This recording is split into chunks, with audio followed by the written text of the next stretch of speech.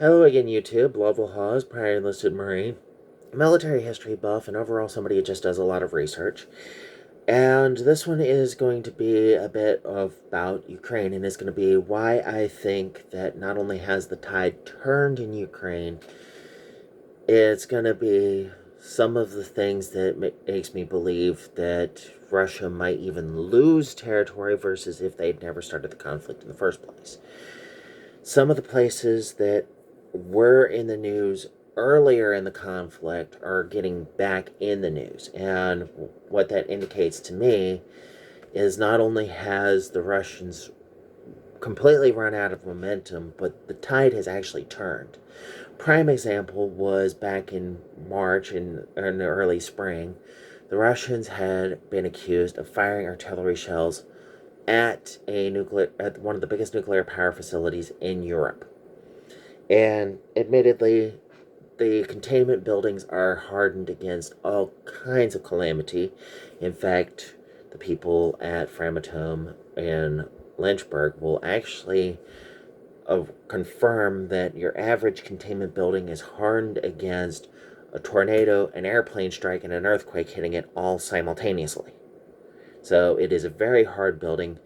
It can certainly withstand a few artillery shells. That being said, I'm going to modify a little bit of a quote from the movie Broken Arrow. Would you mind not shooting at the nuclear reactors, please? Thank you. The actual quote from the movie was, would you mind not shooting at the nuclear weapons, please? Thank you. John Travolta. So, well, yes, the nuclear reactors could probably put up with quite a bit of punishment. No building is impervious. No structure is impervious. Cheyenne Mountain cannot withstand a direct hit from a nuclear weapon, for example. If it happens to be one of the big Russian crowd pleasers, even it would fall apart under such a hit. So, no structure is impervious to taking that kind of damage. You hit it hard enough and it's going to fall apart. So, can we please not do that to the nuclear reactors? But at the same time, Kharkiv, that nuclear power station, Mariupol, some parts of the Donbass region, and even Crimea are coming up as parts that are part of where conflict is brewing. And Crimea was under Russian control as of 2014. So it's been under Russian control for about 8 years now. And Kharkiv, it fell again very early in the conflict. A lot of the places that are now becoming part of the conflict zone are places that the Russians control, and the Ukrainians are trying to take it back. So that leads me to believe that the Ukrainians are the ones that are now on the offensive. They're trying to push the Russians back. And considering that these things are starting to come back up, the Russians are meeting with little to no success as to what is trying to stop them. And that's actually quite telling because the Russian military before this started was considered the number 2 strongest military on the planet, only behind the United States. The Ukrainians were in the 20s, I believe 22 if I remember correctly. So it should have been a foregone conclusion that the Russians were going to achieve their objectives and achieve them fairly quickly. But the fact that they have not achieved their objectives suggests, again, what I've said before in my videos previously, that they have failed and failed miserably at conducting, on prosecuting this war. Frankly, they have underestimated the Ukrainians badly. And to that particular end, it is going to be to their detriment. It might even result in regime change because the Russians don't like it when their leader looks weak. And last time one of their leaders looked excessively weak, it did result in regime change. It was Mikhail Gorbachev was seen as a little bit weak compared to the previous Secretary Generals, and before that it was Tsar Nicholas II. Tsar Nicholas II lost an itty-bitty war against Japan, and it made Russia look really, really weak. Tsar Nicholas II was losing part of the Eastern Front of World War I to the Germans and was looking really, really weak. Combine that with the fact that he had a homeless wizard dude, that would happen to be Rasputin, and his wife was German. Yes, the Tsarina was actually cousin to Kaiser Wilhelm II. And there was not a lot of trust in the Romanov dynasty.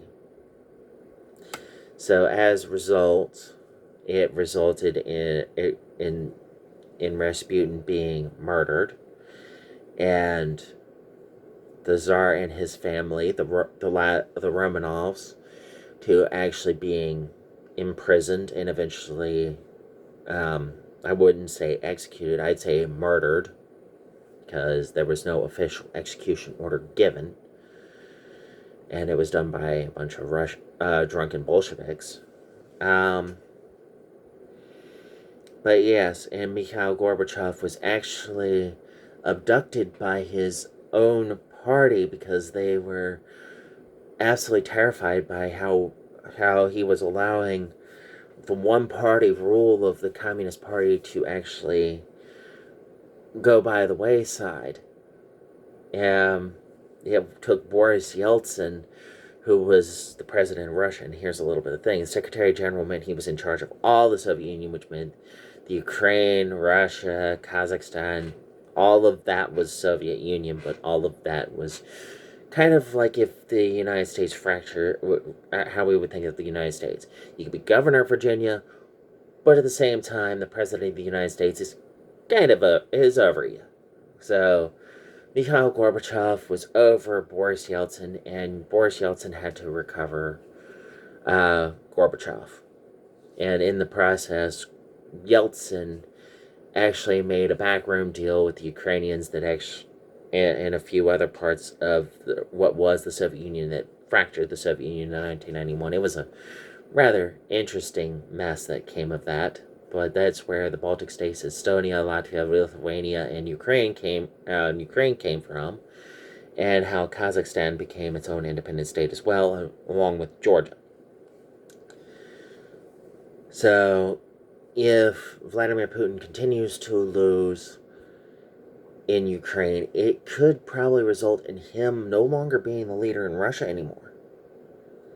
And last time Russia lost had that kind of regime change, I just told you, they lost a lot of territory. And would that necessarily be a good thing? Well, last time the Soviet Union collapsed, it bought us 20 years of peace. And Vladimir Putin wasn't really in much of a position to do anything about it until roughly 2008 when he started encroaching on Georgian territory. And so I think so, but it would have been better if we'd been able to do this without conflict, and anybody who's watched some of my previous videos knows that how I would do it. Rethinking of our strategic oil reserves and oil production would definitely have done it without anybody dying. So, I would think that would be a rather interesting thing to do right there. That being said, we shall see how it continues to turn out. And, well, I'm going to be continuing to record videos. I've got other ones, and I've got a lot of territory to cover since I had to take that little bit of time out for my own health. But I've been Lovell. You guys have been great. And I hope you continue to have a good day.